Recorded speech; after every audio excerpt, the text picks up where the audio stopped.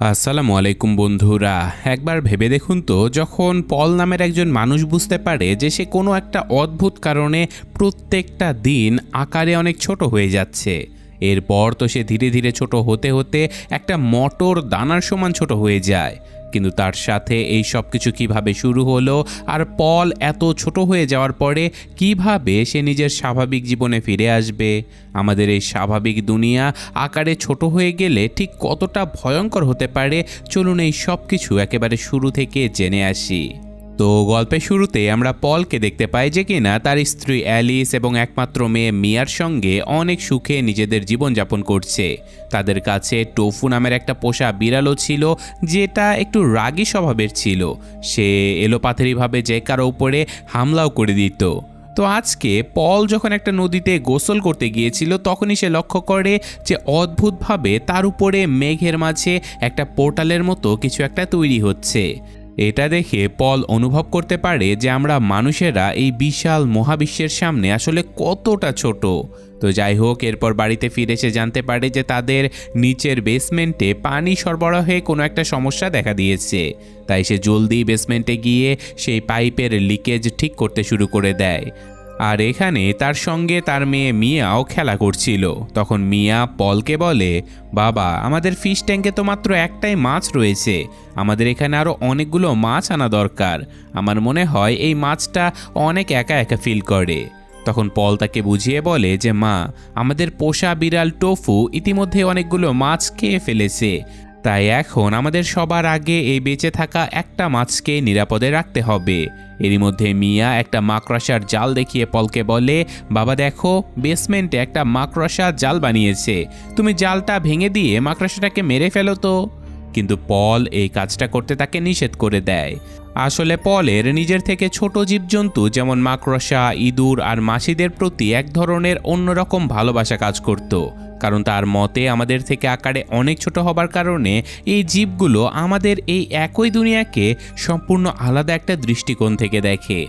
আর ওদেরকে বিনা কারণে মেরে ফেলা, এটা আমাদের কখনোই ঠিক হয় না। তাই সে সবসময় চেষ্টা করে যেন তার হাতে কোনো ছোটোখাটো জীব কখনোই মারা না পড়ে। তাছাড়াও এটা তো শুধুমাত্র একটা মাকড়সা ছিল, তাই এর থেকে আর কী বা ক্ষতি হতে পারে। এটা ভেবে পল মাকড়সাটাকে ওভাবেই ছেড়ে দেয়, কারণ এই পুরো বেসমেন্টে ওই একটা মাত্র মাকড়সায় জাল বেঁধেছিল। আসলে পলের জীবনে ভালোবাসার কোনো কমতি ছিল না।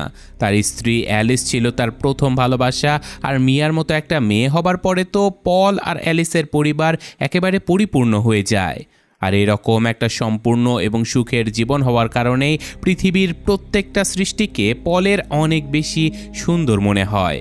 কিন্তু এরপর যখনই 5ই মে তারিখে পল ঘুম থেকে জেগে ওঠে, তখন তার কাছে সব কিছু একটু অদ্ভুত লাগতে শুরু করে। সে বুঝতে পারে যে আজকে তার গোসলের ঝর্ণাটা কেন যেন একটু বেশি উপরে উঠে গেছে। শুধু তাই নয়, যে শার্টগুলো তার গায়ে একেবারে ফিটফাট হতো, সেগুলো আজকে একটু লম্বা হয়ে গেছে। প্রথম দিকে সে এইসব কিছুর দিকে খুব একটা মনোযোগ দেয় না ঠিকই, কিন্তু মাত্র 2 দিন পার হবার পরে সে দেখতে পায় যে তার সকল জামা কাপড় আগের চেয়ে অনেক বেশি লম্বা হয়ে গেছে। এটা দেখে অ্যালিস তাকে জিজ্ঞাসা করে, পল, তুমি কি তোমার ওজন কমাচ্ছ নাকি? কিন্তু পল ভাবতে থাকে যদিও বা তার শরীরের ওজন কমে গেছে, কিন্তু তবুও জামা কাপড়ের সাইজ তো আর এতটা লম্বা হওয়া উচিত নয়। তাই তার মনে হয় যে তার শরীরে অবশ্যই কোনো একটা সমস্যা দেখা দিয়েছে। তাই সে আজকেই তার কাছের একজন ডাক্তারের কাছে চেক আপ করাতে চলে যায়। তো এখানে ডাক্তার দেখানোর পরে বাকি সব কিছু তো একেবারে নর্মাল ছিল, কিন্তু শুধুমাত্র তার উচ্চতা হয়ে গিয়েছিল 173 সেন্টিমিটার। অথচ পল জানতো যে তার উচ্চতা তো 180 সেন্টিমিটার ছিল, তাহলে সে পুরো 4 সেন্টিমিটার ছোট কিভাবে হয়ে গেল? তবে এই প্রশ্নের কোনো উত্তর ডাক্তারের কাছেও ছিল না। তার সকল রিপোর্ট একেবারে নর্মাল ছিল। তাই ডাক্তার পলকে বলে, পল, তুমি কিছুদিন অপেক্ষা করে দেখো তোমার শরীরে আর কি কি পরিবর্তন হয়, তারপর না হয় আমি পরবর্তী সিদ্ধান্ত নেব। তো অন্যদিকে পল তো প্রত্যেকটা দিন যাওয়ার সাথে সাথে অনুভব করতে পারে যে তার সাইজ আসলে ধীরে ধীরে কমেই যাচ্ছে। এখন তো তার হেলমেটও তার মাথায় আর ফিট হয় না। তো এই কারণে রাতের পর রাত জেগে পল ভাবতে শুরু করে যে তার সঙ্গে আসলে এইসব কিছু কেন হচ্ছে। তখনই তার মনে হয় যে সেদিন যখন সে মেঘের দিকে তাকিয়েছিল, তখন ওই পোর্টালের দিকে তাকিয়ে সে ভেবেছিল যে এই মহাবিশ্বের সামনে সে আসলে কতটা ছোট। তাহলে কি এই কারণেই তার সঙ্গে এইসব কিছু হচ্ছে? তার উপরে তৈরি হওয়া সেই মেঘের পোর্টালটা কি এইসব কিছুর পেছনে দায়ী? পল শুধুমাত্র এইসব কিছু ভেবে অনেক চিন্তিত হয়ে যায়। এরপর 20 মে তারিখ আস্তে আস্তে গোসলের ঝর্ণাটা পলের চেয়ে অনেক বেশি উপরে মনে হতে থাকে। এমনকি তার আঙুলগুলো ছোট হয়ে যাওয়ার কারণে তার বিয়ের আংটিটা আঙুল থেকে খুলে পড়ে যায়। পল বাথরুম থেকে বেরিয়ে আসার পরে অ্যালিসও তাকে দেখে একেবারে অবাক হয়ে যায়, কারণ এখন তার স্বামীর উচ্চতা তার চেয়েও ছোট হয়ে গেছে। এরপর পল এবং অ্যালিস দুজনে মিলে শহরের সবথেকে বড় হাইটেক একটা হাসপাতালে চলে যায়, যেন তারা পলের এই অদ্ভুত রোগের আসল কারণটা খুঁজে বের করতে পারে। সেখানে পলের সব ধরনের টেস্ট করানো হয়, কিন্তু তার শরীরের প্রত্যেকটা অংশ পরীক্ষা করার পরেও ডাক্তার তাদেরকে বলে যে পলের শরীরে কোনো সমস্যা নেই। তার শরীরের সকল অঙ্গ প্রত্যঙ্গ বর্তমান সাইজ অনুযায়ী একেবারেই ঠিক রয়েছে। অর্থাৎ পলের শরীরের প্রত্যেকটা অংশ প্রতিদিন তার শরীরের অনুপাত অনুযায়ী সমানভাবে ছোট হয়ে যাচ্ছে। আর এখন তো ডাক্তারদের কাছেও এই অদ্ভুত অবস্থার কোনো উত্তরও ছিল না। পল তার টেস্টের জন্য এরপর বেশ কিছুদিন ওই হাসপাতালে ভর্তি ছিল, কিন্তু অবশেষে 2 সপ্তাহ পার হবার পরেও কোনো সমাধান না আসার কারণে পল বুঝতে পারে যে তার এই সমস্যার সমাধান আসলে মেডিকেল সায়েন্সের কাছেও নেই। এই মেডিকেলের ডাক্তারেরা এখন শুধুমাত্র তার উপরে নানা রকম এক্সপেরিমেন্ট করতে শুরু করে দিয়েছে। তাই একদিন রাতে হাসপাতাল থেকে বের হয়ে সোজা পল নিজের বাড়িতে ফিরে আসে। সে ভাবে যদি তাকে ছোট হতেই হয় তাহলে জীবনের শেষ সময়টা হাসপাতালে না থেকে বরং নিজের পরিবারের সাথে ব্যয় করা অনেক আনন্দদায়ক হতে পারে। এরপর দেখতে দেখতে আগামী কয়েক সপ্তাহের মধ্যে পলের সাইজ কমতে কমতে একেবারে একটা পুতুলের সমান হয়ে যায়। এই সব কিছু দেখে অ্যালিস নিজেও বিশ্বাস করতে পারছিল না যে তার স্বামীর সাথে এইসব কিছু হচ্ছেটা কি। অন্যদিকে পল তো এখন নিজে থেকে আর ডাক্তারদের কাছে যাচ্ছে না, কারণ সে ভালোভাবেই জানতো যে তার এই অসুখের আসলে কোনো ওষুধ ডাক্তারদের কাছে নেই। তার মানে এখন তাদের সাহায্য পাওয়ার আর কোনো রাস্তা খোলাই ছিল না। শুধু তাই নয়, এখন তো তাদের পোষা বিড়াল টোফুও পলকে নিজের থেকে ছোট দেখে তার উপরে আক্রমণ করে বসতে পারে। তাই অ্যালিস বিড়ালটাকে ঘর থেকে বের করে দেয়, যাতে করে অন্তত বিড়ালের থেকে তার হাজবেন্ড কিছুটা হলেও নিরাপদে থাকে। কিন্তু পলের ধীরে ধীরে ছোট হয়ে যাওয়ার এই যাত্রাটা চলতেই থাকে। আর এখন তো পল শুধুমাত্র একটা মোবাইল ফোনের সমান হয়ে গেছে। এরই মধ্যে একদিন সে দেখতে পায় যে কয়েকজন লোক তাদের বাড়িটা কেনার জন্য চলে এসেছে। তাই সে তাড়াতাড়ি লুকিয়ে পড়ে যেন তারা তাকে দেখে ভয় না পেয়ে যায়। তবে সে ভেতরে ভেতরে অনেক রেগে গিয়েছিল, কারণ অ্যালিস তার মতামত না নিয়ে এই বাড়িটা বিক্রি করে দিচ্ছে, আর পল এই বাড়িটা একেবারে বিক্রি করতে চায় না। কিন্তু অ্যালিস এখন তার কোনো কথাই কানেও নিচ্ছিল না। তো এখন এই বাড়ি কিনতে আসা লোকগুলো চলে যাবার পরে পল রেগে গিয়ে অ্যালিসকে বলে যে এই বাড়িটা তো আমরা বিয়ের পরে কিনেছিলাম, আর এই বাড়িতে আমাদের মেয়েও জন্মগ্রহণ করেছে। এখানে আমাদের অনেক স্মৃতি জড়িয়ে আছে, আর তুমি এটা কিভাবে বিক্রি করতে রাজি হয়ে গেলে? তখন অ্যালিস তাকে মনে করিয়ে দিয়ে বলে যে পল, তোমার এই অবস্থার কারণে তোমার চাকরি চলে গেছে, অনেক মাস হয়ে গেছে আমাদের ঠিকঠাক মতো আর্নিং নেই, আর এখন তো আমি নিজের এবং মেয়ের খরচও চালাতে পারছি না। তাই আমাকে এই বাড়িটা বিক্রি করতেই হবে, নয়তো আমাদের ভিক্ষে করতে হবে। তখন পল রেগে গিয়ে বলে যে আমি এমন একটা উপায় ঠিকই বের করে ফেলবো যাতে করে আমি আবারও আগের মতো হতে পারি, আর তারপর আমি সব কিছু ঠিক করে দেব। কিন্তু অ্যালিস রেগে চিৎকার করে বলে ওঠে যে তুমি আর কখনোই ঠিক হবে না পল, আর তোমার যে অবস্থা, তুমি তো একদিন ছোট হতে হতে একেবারে গায়েবই হয়ে যাবে। তাদের এই তর্কের মাঝে পলের সাইজ এতটাই ছোট হয়ে গিয়েছিল যে সে শুধুমাত্র অ্যালিসের চিৎকারের আওয়াজেই নিচে পড়ে যেতে শুরু করে। এটা দেখে অ্যালিস ভয় পেয়ে ঘর থেকে বেরিয়ে যায়। আর অন্যদিকে মিয়ার কাছেও এখন তার বাবাকে খুবই অদ্ভুত লাগতে শুরু করে। তাই পল আগামী কয়েকদিন নিজের মেয়ে মিয়াকে খুশি করার জন্য তার পুতুলের সঙ্গে পুতুল ঘরেই থাকতে শুরু করে। সে ভাবতো যে তার মেয়ে তাকে পুতুল ভেবেই খেলুক না কেন, কী বা সে যায়, অন্তত এই বাহানায় সে তার মেয়ের সঙ্গে কিছুটা সময় তো কাটাতে পারবে। কিন্তু পল এখন লক্ষ্য করে যে দিনের পর দিন ছোট হয়ে যাওয়ার কারণে সাধারণ বড় মানুষের গলার আওয়াজ এখন তার কান আর সহ্য করতে পারছে না। সে হতাশ হয়ে একদিন রাতে তার স্ত্রী অ্যালিসের কাছে ঘুমাতে যায়, কিন্তু সে এখন তার স্ত্রীর আঙ্গুলের সাইজের সমান ছোট হয়ে গেছে। এভাবেই দিনের পর দিন যেতে থাকে, আর পলের মনে হতে থাকে যে তার নিজের পরিবারে এখন আর তার কোনো জায়গা নেই। অ্যালিস এবং তার মেয়ে মিয়া এখন তো পলকে ছাড়াই থাকার অভ্যাসও করে ফেলেছে। তো এরপর একদিন যখন পল বাড়িতে একা বসে সময় কাটাচ্ছিল, তখনই হঠাৎ করে তাদের পোষা বিড়াল টোফু কোনো রকমে ঘরের ভেতরে ঢুকে পড়ে। এটা দেখে ভয়ে পল একটা পিনের উপরে পড়ে যায় আর নিজেকে আহত করে ফেলে। পল বুঝতে পারে যে এখন শুধুমাত্র একটা পিনও তাকে কতটা আঘাত করতে পারে, কিন্তু এখন তো সবার আগে টোফুর কাছ থেকে তাকে বাঁচতে হবে, কারণ সেই বিড়ালটা পলকে এতটা ছোট দেখে তাকে নিজের শিকার বলে মনে করেছিল। তাই পল এখন নিজের সুরক্ষার জন্য একটা পিন তুলে নিয়ে টোফুর কাছ থেকে দূরে পালাতে শুরু করে। সে টোফুকে পুতুল ঘরের মধ্যে বিভ্রান্ত করার চেষ্টাও করে, কিন্তু টোফু এখন সাইজে পলের চেয়ে অনেক বড় হয়ে গেছে। তাই পল তাড়াতাড়ি দরজার নিচ দিয়ে বেসমেন্টের ভেতরে ঢুকে পড়ে, কিন্তু এরই মধ্যে টোফুর একটা থাবা পলের গায়ে লাগার কারণে পল সিঁড়ি থেকে নিচে পড়ে যায়। আর এখন এই ছোট ছোট সিঁড়ির উচ্চতাও পলের কাছে অনেক বড় বড় বিল্ডিংয়ের মতো ছিল। তবে সৌভাগ্যবশত সে একটা ময়লার ঝুড়ির ভেতরে পড়ে যায় এবং জ্ঞান হারিয়ে ফেলে। অন্যদিকে অ্যালিস বাইরে থেকে ঘরের ভেতরে এসে দেখতে পায় সেখানে পলের রক্তমাখা শার্ট পরে আছে। এটা দেখে তার মনে হয় যে তাদের পোষা বিড়াল টোফু হয়তো তার স্বামী পলকে খেয়ে ফেলেছে। আর এদিকে নিচের বেসমেন্টে পলের জ্ঞান ফেরার পরে সে অ্যালিসের নাম ধরে চিৎকার করে ডাকতে শুরু করে যেন অ্যালিস তাকে এই ময়লার ঝুড়ি থেকে বের করে নিয়ে আসে। কিন্তু অ্যালিস বেসমেন্টে আসে তো ঠিকই, কিন্তু ততক্ষণে পল এতটাই ছোট হয়ে গিয়েছিল যে অ্যালিস এখন তাকে দেখতে পর্যন্ত পারছিল না, আর পলের আওয়াজও তার কান পর্যন্ত পৌঁছাচ্ছিল না। তখনই অ্যালিস টোফুকে দেখতে পায় এবং সে টোফুর পেছনে ছুটতে শুরু করে। সে ভাবে যে টোফু তার স্বামীকে খেয়ে ফেলেছে আর পল এতক্ষণে মারা গেছে। অন্যদিকে পল তো রাগে ময়লাগুলো এদিকে ওদিকে ছুঁড়ে ফেলে সেখানেই ঘুমিয়ে পড়ে। আর ধীরে ধীরে রাত হয়ে গেলে সে বুঝতে পারে যে তার পরিবার তাকে এখন মৃত বলে ধরে নিয়েছে, অর্থাৎ এখন থেকে তাকে বেঁচে থাকার জন্য নিজেকেই সকল উপায় বের করে ফেলতে হবে। তার প্রাণ বাঁচানোর লড়াইটা তাকে একাই করতে হবে। তাই সে সবার আগে ময়লা থেকে নিজের জন্য কিছু জামা কাপড় বানিয়ে নেয়, আর তারপর সৌভাগ্যবশত সে ঝুড়ি থেকে বাইরে বের হওয়ার জন্য একটা ফুটো পেয়ে যায়। তাই পল এখন নিজের সুরক্ষার জন্য সেই পিনটা তুলে নিয়ে সামনের দিকে এগোতে থাকে। আর হঠাৎ করে সে বুঝতে পারে যে তার পাশ দিয়ে কেউ একজন হেঁটে যাচ্ছে। তো এখন তো এখানকার পোকামাকড়গুলোর চেয়েও পল অনেক ছোট হয়ে গেছে।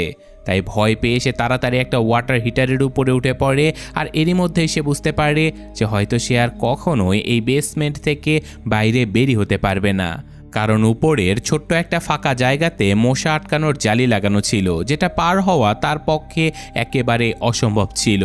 তাই পল প্রথমে সেই লিকেজ হওয়া পাইপ থেকে কিছুটা পানি পান করে নেয়, আর তারপর যেহেতু তার পেটে আঘাত লেগেছিল তাই সে গোসল করে নিজের ক্ষতগুলো পরিষ্কার করে ফেলে যেন সেগুলোতে ইনফেকশন না ছড়িয়ে পড়ে। এরপর হিটারের উষ্ণতার কারণে সে ওখানেই ঘুমিয়ে পড়ে। আর এখন পরদিন সকালে তার মেয়ে মিয়ার আওয়াজে পলের ঘুম ভেঙে যায়। মিয়া হয়তো বাইরে তার বাবার নাম ধরে চিৎকার করে ডাকছিল, কারণ সে গতকাল থেকে তার বাবাকে একবারও দেখেনি। পল দৌড়ে গিয়ে চিৎকার করতে শুরু করে, সে তার মেয়েকে ডাকতে শুরু করে, এমনকি বাঁচাও বাঁচাও বলে চিৎকার করে। কিন্তু এখন তো সিঁড়িগুলো তার সামনে এতটাই বড় হয়ে গেছে যে পল কোনোভাবেই সেই সিঁড়িগুলো আর উঠতে পারছিল না। তখনই পল শুনতে পায় যে অ্যালিস তার মেয়ে মিয়াকে বলছে যে তোমার বাবা আর কখনো ফিরে আসবে না মা, উনি মারা গেছেন। এই কথা শুনে পলের হৃদয় একেবারে ভেঙে যায়, কারণ তার পরিবার এখন তাকে মৃত বলে ধরে নিয়েছে। আর সে এখানেই বসে কান্না আর চিৎকার করা ছাড়া কোনো কিছুই করতেও পারছিল না। এমনিতেও এখন তার গলার আওয়াজ এতটাই চিকন হয়ে গিয়েছিল যে কেউ তার চিৎকারও শুনতে পেত না। তখনই সে আওয়াজ পায় যে অ্যালিস আর তার মেয়ে মিয়া এই বাড়িটা বিক্রি করে দিয়ে নিজেদের গাড়ি নিয়ে চিরকালের জন্য এখান থেকে দূরে কোথাও চলে যাচ্ছে। এই কথা শোনার পরে পলের একেবারে বিশ্বাস হয়ে যায় যে সে এখানে সম্পূর্ণ একা ফেঁসে গেছে। তবুও সে সবার প্রথমে একটা চক দিয়ে মেঝের উপরে নিজের নাম লিখে ফেলে, যেন যদি কখনো অ্যালিস বা মিয়া এই বেসমেন্টে আসে তাহলে যেন তারা অন্তত বুঝতে পারে যে সে এখনও বেঁচে আছে। এরপর এখন তাকে নিজের জন্য খাবার জোগাড় করতে হবে। আর পলের কাছে এর জন্য একটা আইডিয়াও ছিল। সে এখন আলমারির পেছনে এক টুকরো চিজ আনতে চলে যায়, যেটা কয়েক মাস আগে সে নিজে একটা ইঁদুর ধরার ফাঁদে আটকে রেখেছিল। তাই পল এখন তাড়াতাড়ি করে সেখান থেকে পিঁপড়েগুলোকে তাড়িয়ে দিয়ে প্রথমে ওই ফাঁদটা বন্ধ করে দেয়, আর তারপর পুরো চিজটাই সে নিজে নিয়ে নেয়। আর ভাগ্য ভালো ছিল যে তার সাইজ এতটা ছোট হবার কারণে সে এইটুকু চিজ বেশ কয়েকদিন ধরেই খেতে পারবে। কিন্তু তখনই পলের দিকে একটা মাকড়সার নজর পড়ে, আর সেটা তার উপরে হামলা করতে চলে আসে। কিন্তু পল এখন নিজের কাছে থাকা পিনের আওয়াজ দিয়ে সেই মাকড়সাটাকে দূরে তাড়িয়ে দেয়। এরপর এখন তাকে নিজের ঘুমানোর জন্য একটি নিরাপদ জায়গা খুঁজে বের করতে হবে, যেখানে মাকড়সা আর বাকি পোকামাকড়গুলো তার ঘুমানোর সময় যেন তার উপরে হামলা করতে না পারে সেটাও খেয়াল রাখতে হবে। কিন্তু এখন যখন সে একটা কাগজের বক্স খোলার চেষ্টা করে, তখন সে দেখতে পায় যে তার গায়ে তো এখন এতটুকুও শক্তি ছিল না যে সে নিজের পিন দিয়ে ওই বক্সটা খুলতে পারবে। তবে পল এখানে একটু বুদ্ধি খাটায়। সে প্রথমে একটা ভেজা কাপড় দিয়ে কাগজের বক্সটাকে ভিজিয়ে নেয়, আর তারপর খুব সহজে পিনের সাহায্যে কাগজের বক্সের ভেতরে ঢুকে পড়ে। এখন এই বক্সের ভেতরে সে নিরাপদেই ছিল, আর তারপর সে একটা ম্যাচ বক্সের উপরে গিয়ে সেখানে ঘুমিয়ে পড়ে, কারণ পোকামাকড় আর মাকড়সার হাত থেকে বাঁচার জন্য এখন তার কাছে শুধুমাত্র এই একটা জায়গায় বেঁচে ছিল। তো এখন পরদিন সকালে তার বাড়ির উপরে কারো একজনের আওয়াজ শুনে পলের ঘুম ভেঙে যায়। তাই সে তাড়াতাড়ি করে একটা পেপার ক্লিপ দিয়ে একটা লোহার পেরেকে আঘাত করতে শুরু করে, যেন যদি তার স্ত্রী আবারও বাড়িতে কোনো জিনিসপত্র নিতে আসে তাহলে সে যেন তার আওয়াজ শুনতে পায়। কিন্তু কিছুক্ষণের মধ্যে পল বুঝতে পারে যে এরা আসলে জিনিসপত্র প্যাক করার লোকেরা এসেছিল, যাদেরকে হয়তো অ্যালিসি তাদের ঘরের জিনিসপত্র নিয়ে যাবার জন্য পাঠিয়েছিল। এটা দেখার পরে পলের সকল আশা একেবারে ভেঙে যায়। সে আর কখনোই নিজের মেয়ে আর স্ত্রীর সঙ্গে দেখা করতে পারবে না, এটা সে বুঝতে পারে। সে এখন রাগে এই বেসমেন্টে রাখা একটা বোতল থেকে মদ খেয়ে নেয়।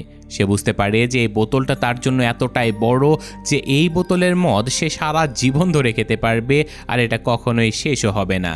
আর তখনই সে ফিশ ট্যাঙ্কারের উপরে সেই মাকড়সাটাকে দেখতে পায়। আর পল তো এখন নেশায় মাতাল ছিল, তাই সে এখন নিজের পিনটা দিয়ে ওই মাকড়সাটাকে ভয় দেখাতে চলে যায়। কিন্তু এখন তো তার সাইজ অনবরত ছোট হতে হতে এত বেশি ছোট হয়ে গেছে যে উল্টো মাকড়সাটাই তাকে ধাক্কা দিয়ে পানির ভেতরে ফেলে দেয়। তাই এখন পলকে ওই পানির ভেতরে থেকে অপেক্ষা করতে হবে যে কখন মাকড়সাটা উপর থেকে সরে যাবে, আর তখন সে বাইরে বের হতে পারবে। আসলে এইটা ছিল সেই মাকড়সা যাকে গল্পের শুরুতে সে নিজের মেয়ে মিয়ার বলা সত্ত্বেও মারতে নিষেধ করে দিয়েছিল। সে তখন মিয়াকে বলে যে এই একটা মাকড়সা আমাদের কী বা ক্ষতি করতে পারবে, কিন্তু এখন সে বুঝতে পারছে যে এই ছোট্ট একটা মাকড়সায় তার জন্য কত বড় বিপদ হয়ে দাঁড়িয়েছে। তাই সে কিছুক্ষণ পরে বাইরে বেরিয়ে বুঝতে পারে যে এই পুরো বেসমেন্টে শুধুমাত্র একটাই মাকড়সা রয়েছে। তাই যদি সে কোনো রকমে এটাকে মেরে ফেলতে পারে তাহলে সে নিরাপদে থাকতে পারবে। তারপর তাকে আর কাউকে ভয় পাওয়ার দরকার নেই। তাই পল এখন একটা টোপ বানিয়ে সেই মাকড়সাটাকে মারার জন্য বেরিয়ে পড়ে। কিন্তু এখন যেহেতু সে সাইজে অনেক ছোট হয়ে গেছে, তাই সেই মাকড়সাটার খুব বেশি ক্ষতি সে করতে পারে না। উল্টে ওই মাকড়সাটাই তাকে তাড়া করে খুবই বাজেভাবে চারপাশ থেকে ঘিরে ফেলে। তারপর সেই মাকড়সাটা তার গায়ের উপরে উঠে পলকে যখন প্রায় মেরে ফেলতে যাচ্ছিল, তখনই সৌভাগ্যক্রমে পল কয়েকটা কাঠের টুকরো পেয়ে যায়, আর সেগুলো মাকড়সার চোখের ভেতরে ঢুকিয়ে দিয়ে তাকে দূরে তাড়িয়ে দেয়। পল এতক্ষণ পানিতে ভিজে যাবার কারণে খুবই বাজেভাবে ঠান্ডায় কাঁপতে থাকে। তাই সে প্রথমে ওই বক্স থেকে দেশলাই বের করে আনে, আর 3-4 বার চেষ্টা করার পরে অবশেষে সে দেশলাইয়ের কাঠিটা জ্বালিয়ে ফেলে। সে আগুন দিয়ে সে ময়লার মধ্যে কিছুটা আগুন ধরিয়ে নিজেকে শুকিয়ে নেয়। সে মনে করতে শুরু করে যে কিভাবে গত কয়েক মাসের মধ্যে তার জীবনটা কত বাজেভাবে বদলে গেছে। এক সময় সে নিজের জীবনে অনেক খুশি ছিল, তার কাছে সব কিছুই ছিল, কিন্তু তারপর অদ্ভুত কোনো একটা কারণে সে প্রতিদিন ছোট হয়ে যেতে শুরু করে। আর এখন তো তাকে এভাবেই লুকিয়ে লুকিয়ে হয়তো সারাটা জীবন বেঁচে থাকতে হবে। অন্যদিকে তার মেয়ে আর তার স্ত্রী তাকে মৃত বলে ধরে নিয়েছে। সে এখন আর জীবনেও তাদেরকে দেখতেই পারবে না। পল এর পরের বেশ কিছুদিন এভাবেই বেসমেন্টে কাটাতে শুরু করে, আর এখন তার এটা নিজের জন্য একটা ভালো অভ্যাসও হয়ে গিয়েছিল। কিন্তু তারপর একদিন হঠাৎ করে একজন লোক অবশেষে বেসমেন্টে চলে আসে, যাকে দেখে পল চিৎকার করে তার মনোযোগ আকর্ষণ করার চেষ্টা করে। কিন্তু অনবরত ছোট হতে হতে সে এখন এতটাই ছোট হয়ে গেছে যে ওই লোকটার পা ফেলার আওয়াজেই পলের কান একেবারে ফাটিয়ে যাচ্ছে। পলের গলার আওয়াজ ওই লোকটার কান পর্যন্ত কোনোভাবেই পৌঁছাচ্ছিল না। তখনই পল লুকিয়ে লুকিয়ে দেখতে পায় যে ওই লোকটা তো শুধুমাত্র এই ফিশ ট্যাঙ্কের ওই মাছটাকে নিতে এসেছিল। তার মনে হতে থাকে যে এখন এই বেসমেন্টে থাকা তার শেষ জীবিত বন্ধুটাও আর এখানে থাকবে না। এখানকার বেসমেন্টে এখন সে একেবারে একা হয়ে গেছে। এরপর থেকে আগামী কয়েকদিনের মধ্যে পল এতটা ছোট হয়ে যায় যে একটা মশাও এখন পলের চেয়ে অনেক বড় ছিল। তো এখন পল বুঝতে পারে যে এতদিনে তো সে এতটা ছোট হয়ে গেছে যে অন্তত এই বেসমেন্টের ওই ফাঁকা জালিটা পেরিয়ে সে বের হয়ে যেতে পারবে। কিন্তু এর জন্য তাকে সবার উপরে ওই জালি পর্যন্ত উঠতে তো হবে। তাই সে ফার্নিচারের কাঠ ধরে উপরে উঠতে শুরু করে, আর এই কাজে তার কয়েক ঘন্টা সময় লেগে যায়। কিন্তু অবশেষে এত পরিশ্রম করার পরে সে আলমারির উপরে উঠেই পড়ে। এখান থেকে তাকে দেয়ালে লাফ দিতে হবে, আর ভাগ্যক্রমে এই ধাপটাও পূরণ হয়ে যায়। এখন তো শুধুমাত্র তাকে দেয়ালের ফুটো দিয়ে ওই জালি পর্যন্ত পৌঁছাতে হবে। কিন্তু তখনই এই রাস্তায় পলের চোখে ওই মাকড়সাটার জাল পড়ে যায়। তাই সে খুবই সাবধানে সামনের দিকে এগোতে থাকে, যেন মাকড়সাটার নজর তার উপরে না পড়ে, কারণ এতক্ষণ পর্যন্ত ওই মাকড়সাটা তার জন্য একটা দৈত্যে পরিণত হয়ে গেছে। কিন্তু দুর্ভাগ্যবশত তার হাঁটার কম্পন থেকে মাকড়সাটা পলকে টের পেয়ে যায়, আর তার উপরে আক্রমণ করার জন্য দৌড়ে ছুটে চলে আসে। আর এখান থেকে পলের মনে হতে থাকে যে সে হয়তো আর বাঁচতে পারবে না, এটাই তার শেষ সময়। সে এখন চুপচাপ সেখানেই দাঁড়িয়ে নিজের মৃত্যুর জন্য অপেক্ষা করতে শুরু করে, কিন্তু হয়তো ভাগ্য আবারও তার সঙ্গ দেয়। তখনই কোনো একটা পোকা ওই মাকড়সার জালের মধ্যে ফেসে গিয়েছিল, আর ওই মাকড়সাটা পোকাটাকে ধরার জন্য ওদিকেই ছুটে চলে যায়। অন্যদিকে পল তো এখন নিজের পুরো প্রাণ লাগিয়ে দৌড়াতে দৌড়াতে অবশেষে ওই ফাঁকা জায়গার জালি পর্যন্ত পৌঁছে যায়। কিন্তু সে বুঝতে পারে যে এখনও সে ওই জালির ফুটোর থেকে কিছুটা বড় রয়েছে, তাই সে এখান থেকে বের হতে পারবে না।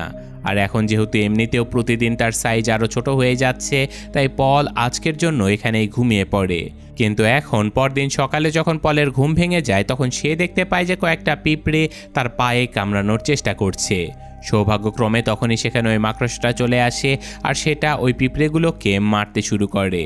অন্যদিকে পল খেয়াল করে যে এতক্ষণে সে আরও ছোট হয়ে গেছে, এই জন্য এখন সে নিজে ওই জালির বাইরে বের হতে পারবে। তাই সে অবশেষে মাকড়সাটার হাত থেকে বাঁচতে বাঁচতে বাইরে বেরিয়ে যায়। আর শেষ মুহূর্তে ভেতরের মাকড়সাটাকে দেখে এক মুহূর্তের জন্য পলের মনে হয় যে মাকড়সাটারও হয়তো এখন তারই মতো একাকিত্ব অনুভব করতে হবে, কারণ এই বেসমেন্টের ভেতরে মাকড়সাটা একেবারে একা রয়ে গেছে। এখন পল নিচে তাদের লনে নেমে বাইরের দিকে যেতে শুরু করে, কিন্তু এখন তার সাইজ এতটাই ছোট হয়ে গিয়েছিল যে এই লনের ঘাসগুলো পর্যন্ত তার কাছে বিশাল কোনো জঙ্গলের মতো মনে হচ্ছে। আর এই ঘাসের উপরে পড়া শিশির বিন্দুগুলো যেন পানিতে ভরা বিশাল ড্রামের মতো ছিল। পল বুঝতে পারে যে যদি এটাকে অন্য কোনো দৃষ্টিকোণ থেকে দেখা যায়, তাহলে সব কিছু আসলে কতটাই না সুন্দর। কারণ একজন সাধারণ সাইজের মানুষ প্রকৃতির এই অপার সৌন্দর্য হয়তো কখনোই দেখতে পারবে না। আর পল এই সব কিছু অনুভব করার সুযোগ পাচ্ছে, সে প্রকৃতিকে অন্যভাবে দেখার এমন এক সুযোগ পাচ্ছে যা হয়তো পৃথিবীর আর কেউই পাবে না। কিন্তু এর মানে এটাও ছিল যে এখন হয়তো পল আর কখনোই নিজের মেয়ে, নিজের স্ত্রীকে দেখতে পারবে না। কিন্তু তবুও সে নিজের বেঁচে থাকার জন্য লড়াইটা চালিয়ে যাবে, কারণ সে অন্তত বাকি জীবনটা নিজের মতো করে বাঁচতে পারবে, যতদিন না অবধি সে একেবারে গায়েব হয়ে যায়। আর এমন একটা আশাবাদী আর দার্শনিক সমাপ্তির মাধ্যমে আজকের এই গল্পটা এখানে শেষ হয়ে যায়। তো অদ্ভুতভাবে এই গল্পে আমাদের মূলত ওই ছোট হয়ে যাওয়ার কারণটা আমাদের ঠিকমতো দেখানো হয়নি, আর সে কি কখনো বড় হতে পারবে কি না সেই ব্যাপারেও কিছু বলা হয়নি। এটা মূলত আমাদের এই মেসেজটাই দিয়েছে যে মানুষ নিজের চোখে যে প্রকৃতিটাকে দেখে সেটাকে অন্য কতভাবেই না দেখা যায়।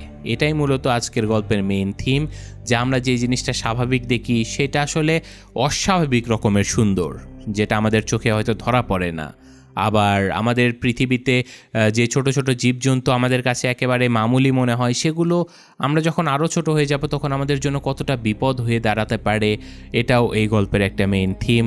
যাই হোক, ভিজুয়ালি দেখার জন্য মুভিটা দেখেছিলাম। বাকিটা আপনাদের মতামত কমেন্টে জানাতে ভুলবেন না। আমি আজকের মতো বিদায় নিচ্ছি। আল্লাহ হাফেজ।